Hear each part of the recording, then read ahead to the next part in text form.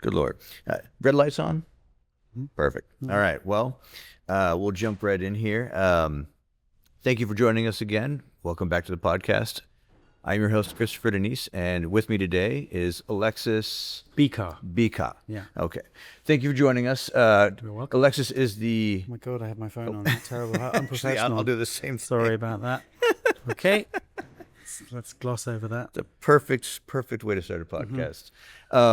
So Alexis directed Romchyk, a film about... in fact, why don't I have you explain what the film is about? Yeah, well, it's inspired by true events. The real Romchyk is a young lad called Roman Oleksiv, and Roman gave us the permission to tell his story, which is fantastic. Yet another bit of bravery from this young lad. He suffered terribly debilitating injuries in 2022 in a Russian missile attack. In the same attack, he also lost his mother, and he quite literally had to decide to live in that moment, to crawl out of there, literally, over burning rubble. Yeah. Have a brief moment to say goodbye to his mother, and learn to walk again, and finally learn to ballroom dance again. Yeah. It's...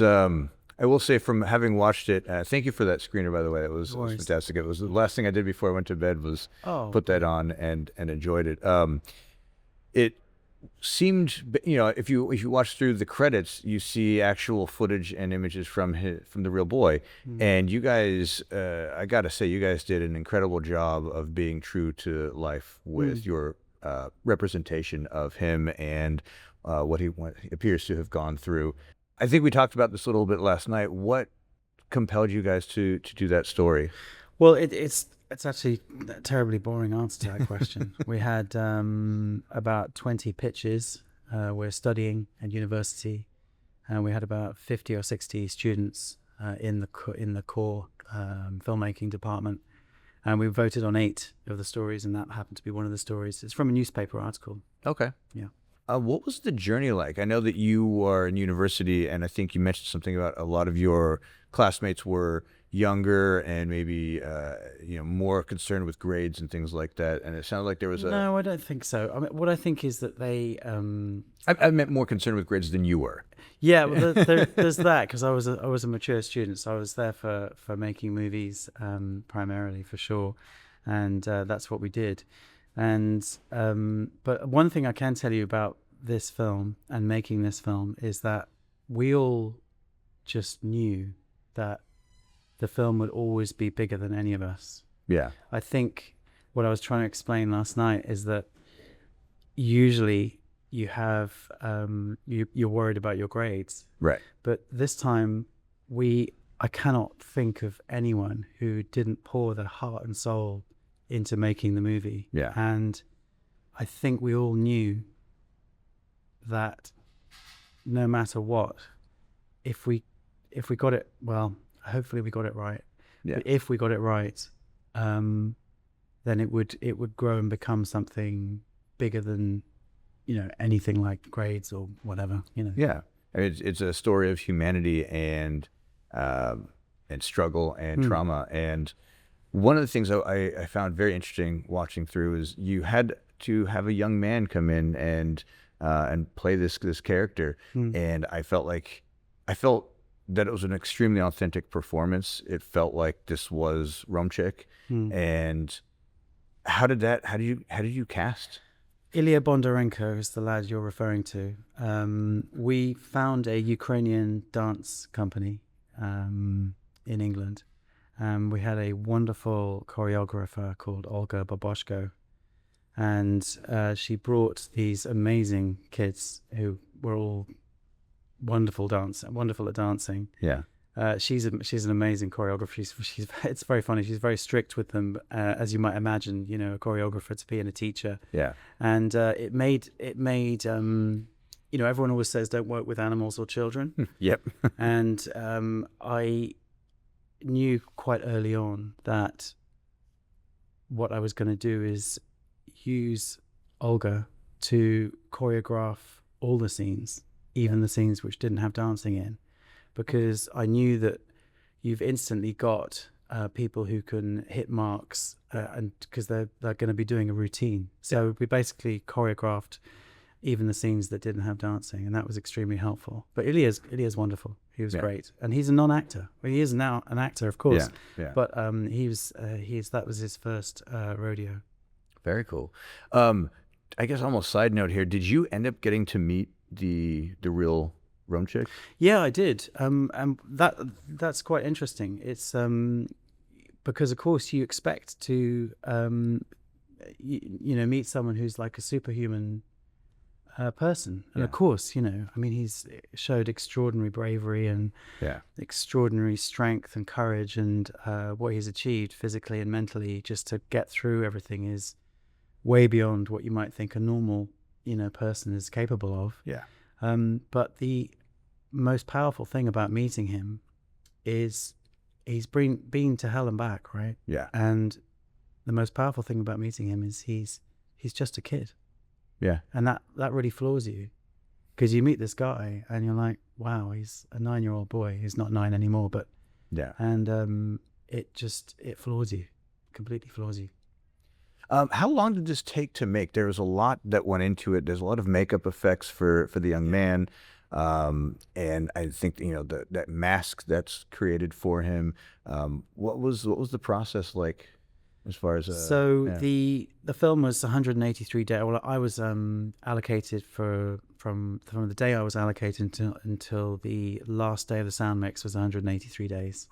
Okay. And the shoot was 5 days. Okay. And the mask was, it's a pretty extraordinary producing task. What's gone on here? The two producers worked day and night to get all manner of aspects together, because of course we're on a really low budget. We had £5,000 from the college, which is about $6,500 maybe. And then we managed to kickstart a campaign, and they've raised about £8,000, which is about 10,000 US, I think.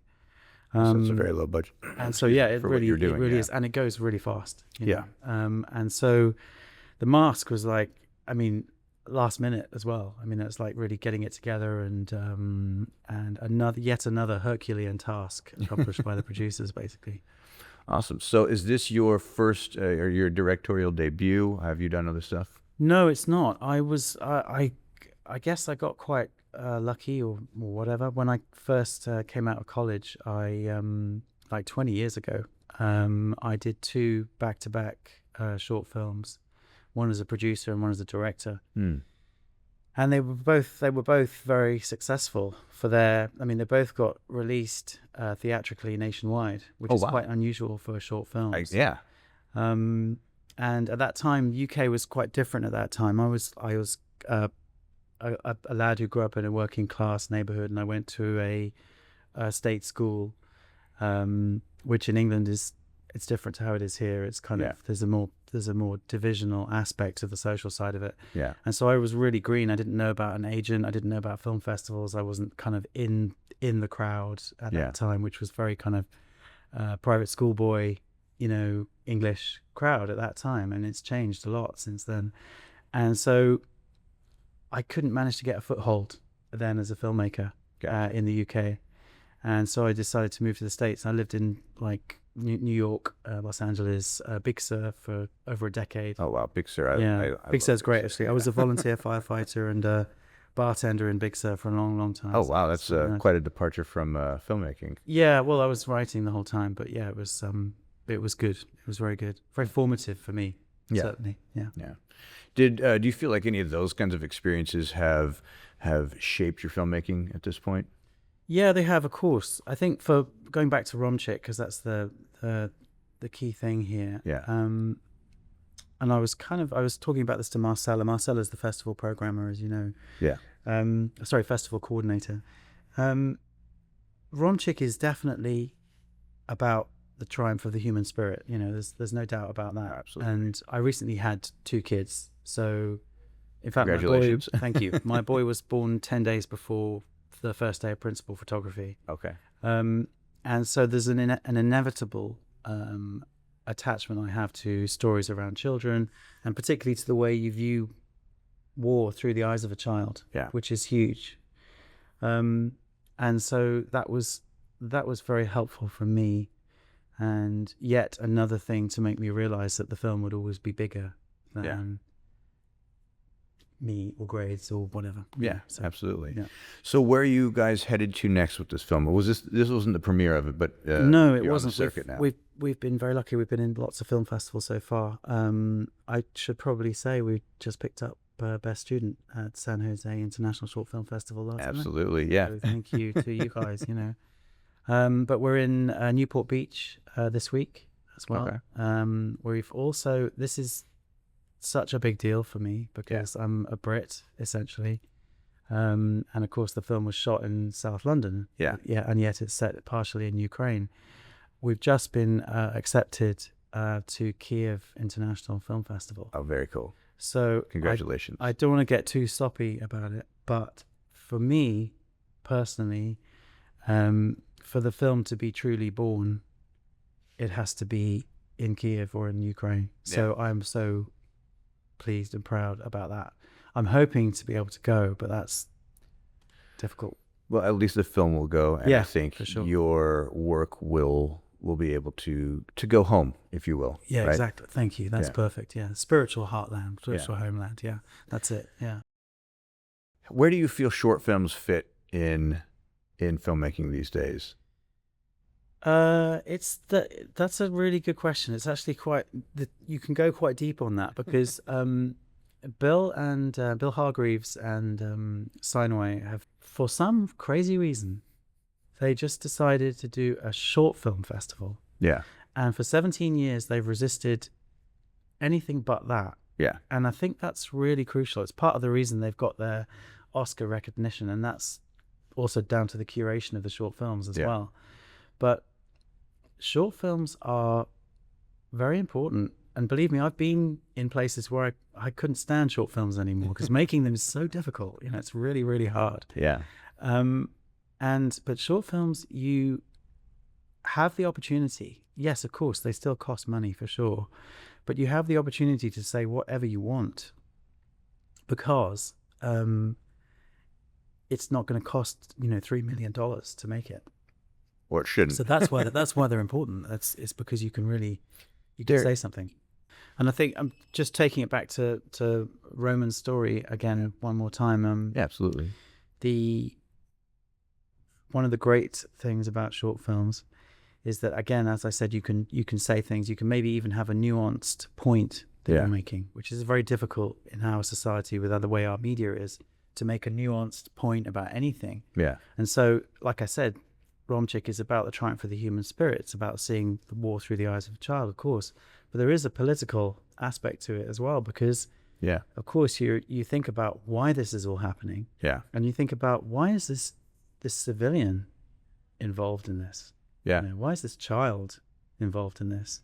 And, some of my ancestors are from Chechnya, and in the first and second wars in Chechnya, which were also perpetrated by the same guy who's in charge now in Russia, around 4,800 Chechen rebels were killed. Yeah. But in those same two wars, over 2 decades, 35,000 children were killed. That's a conservative estimate. Yeah. So this guy wages war in the mind. He tries to demoralize. Yeah. And he knows exactly what he's doing.